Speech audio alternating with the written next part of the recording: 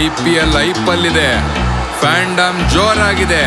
ನಾವ್ RCB fans ಎಲ್ಲ ಹೇಳೋದೊಂದೇ, ಈ ಸಲ ಕಪ್ ನಮ್ದೇ. ಸೇಸ್ಕೆದವ್ರೆ ಮನಿ ಕರೆದು ಬಡಿಸ್ಕೊಂಡ್ರಲ್ಲ ಮಾರಾಯ. ನುಗ್ಗಿದ್ ನಾವು, ಹೊಡೆದಿದ್ ನಾವು, ಬೆಂಕಿ ಹಚ್ಚಿದ್ ನಾವು. ಅಂಕಲ್ ನ ಹೊಡಿತೀನಿ ಸುಬೇ. ಏನ್ ಅನಾವತ್ತ ಮಾರೇ ನೀವು. ಅಂಕಲ್ ನ ಹೊಡಿತೀನಿ ಸುಬೇ.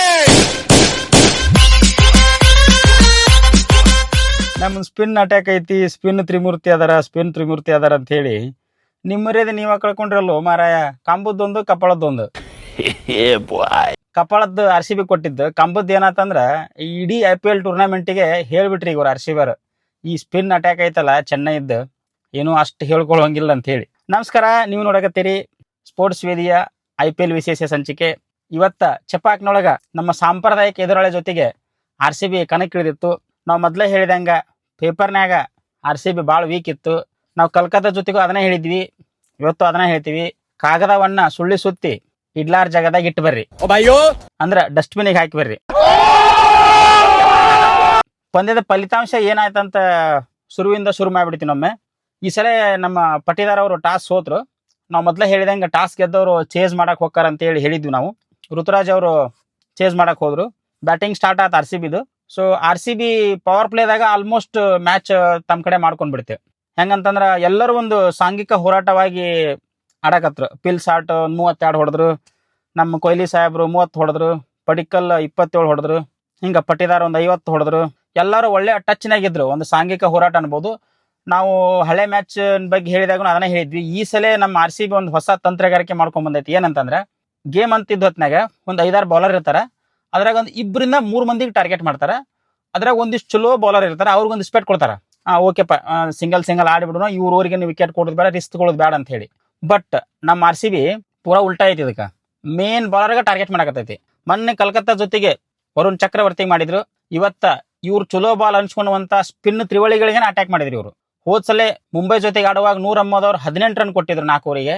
ಇವತ್ತು ಎಕ್ಸಾಕ್ಟ್ಲಿ ಡಬಲ್ 36 ಕೊಟ್ಟರು.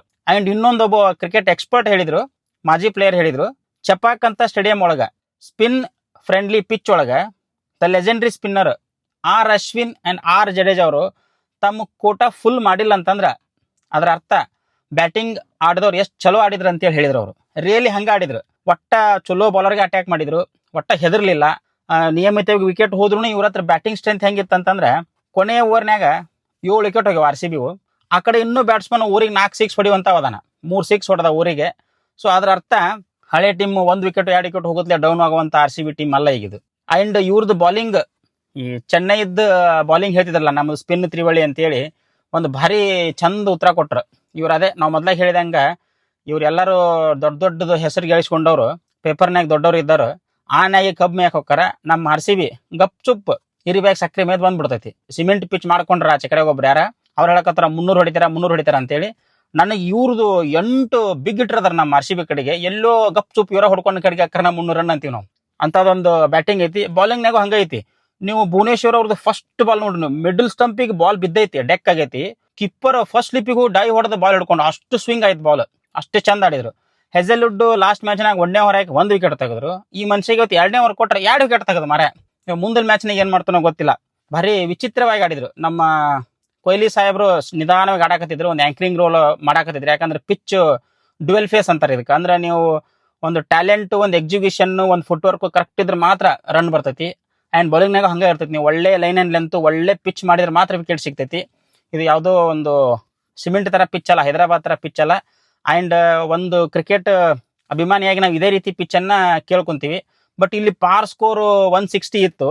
ಎಕ್ಸ್ಪರ್ಟ್ಗಳು RCB ಬ್ಯಾಟಿಂಗ್ ಲೈನಪ್ ನೋಡಿ ಒಂದು 15 ರನ್ ಎಕ್ಸ್ಟ್ರಾ ಮಾಡಿದ್ರು. 170 175 ಹೊಡಿತಾರ ಅಂತಂದ್ರೆ ಇವ್ರು 197, ಮೈ ಗುಡ್ನೆಸ್ 197 ಟಾರ್ಗೆಟ್ ಕೊಟ್ರಿ ಇವ್ರು. ಮೈ ಗುಡ್ನೆಸ್, ಎಂತ ಬ್ಯಾಟಿಂಗ್ ಡೆಪ್ತ್ ಇರ್ಬೇಕು ಇವ್ರದ್ದು, ಹೆಂಗ್ ಆಡಿರ್ಬೇಕು ಇವ್ರು.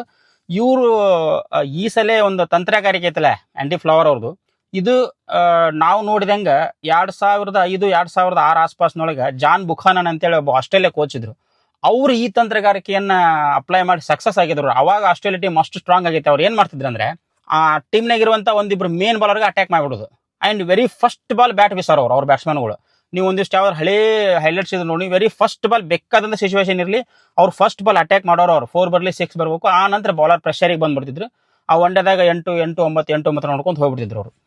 ಆ ಟೆಕ್ನಿಕ್ ಅನ್ನು ಈ ಸಲ 2 ಮ್ಯಾಚ್ನಾಗೂ ಸಕ್ಸಸ್ ಆದ್ವಿ RCB ದವರು. ಸೊ ಇದು ಹಿಂಗ ಮುಂದುವರಿಲಿ. 100% ಈ ಸಲ ನಮ್ದು ಒಂದು ಕಪ್ ಲೋಡಿಂಗ್ ಆಗತೈತಿ. ಸೊ ಇದು ಬಾಲಿಂಗ್ ಪಿಚ್. ಆಮೇಲೆ ಇನ್ನೊಂದು ಏನಿದ್ರೆ ಅಂದ್ರೆ IPL ಶೆಡ್ಯೂಲ್ ಬಂದಾಗ ಏನಿದ್ರೆ ಅಂದ್ರೆ ಇದು ಒಂದೇದ್ದು ಇವರು KKR ಜೊತೆ ಸೋತ್ ಬರ್ತಾರ, 2ನೇದ್ದು CSK ಜೊತೆ ಸೋತ್ ಬರ್ತಾರ, ಎಂದಿನಂಗೆ RCB ಕೆಳಗೆ ಉಳಿತೈತೆ ಅಂತ ಹೇಳಿದ್ರು. 2 ಸ್ಟ್ರಾಂಗ್ ಟೀಮ್ ಹೇಳ್ಕೊಳ್ಳುವಂತ ಟೀಮ್, ತಮಗೆ ತಾವ ಚಲೋ ಅನ್ನುವಂತ ಟೀಮ್ ಅನ್ನ ಅವ್ರ ಮನೆಗೆ ಹೋಗಿ ಹೊಡೆದು ಬಂದಾರ. ಇವ್ರ ಕಾನ್ಫಿಡೆನ್ಸ್ ಯಾವ ಲೆವೆಲ್ಗೆ ಇರ್ತೈತೆ ಅನ್ನೋದು ವಿಚಾರ ಮಾಡ್ರಿ ನೀವು. ಸೊ ಆಲ್ಮೋಸ್ಟ್ ಎಲ್ಲ ಒಂದಿಷ್ಟು ಟೀಮ್ಗಳು ಇವ್ರ ಬಗ್ಗೆ ಹೋಮ್ವರ್ಕ್ ಮಾಡಕ್ ಸ್ಟಾರ್ಟ್ ಮಾಡ್ತಾವ, ಇದು ಅನ್ಕೊಂಡಂಗಿಲ್ಲ ಈ ಸರ್ತಿ ಅಂತ ಹೇಳಿ.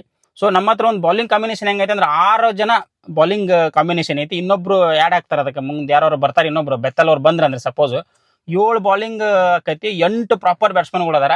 ಸೊ ಭುವನೇಶ್ವರ್ ಕುಮಾರ್ ಒಬ್ಬರು ಹಿಡ್ಕೊಂಡ್ರೆ 9 ಜನ ಬ್ಯಾಟ್ಸ್ಮನ್ ಆಗ್ತಾರ.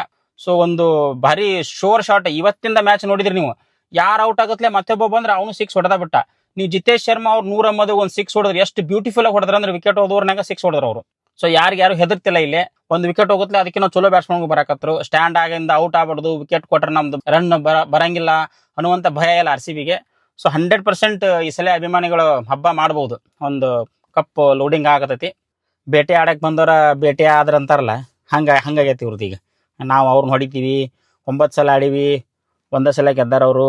ಅದನ್ನ ರಿಕಾರ್ಡ್ ಮುರ್ಲಿಲ್ಲ, ತುಂಡು ಪೀಸ್ ಮಾಡಿ ಪುಡಿ ಮಾಡಿ ಹೋಗದ್ರಿ ಇವತ್ತು ಅದನ್ನ.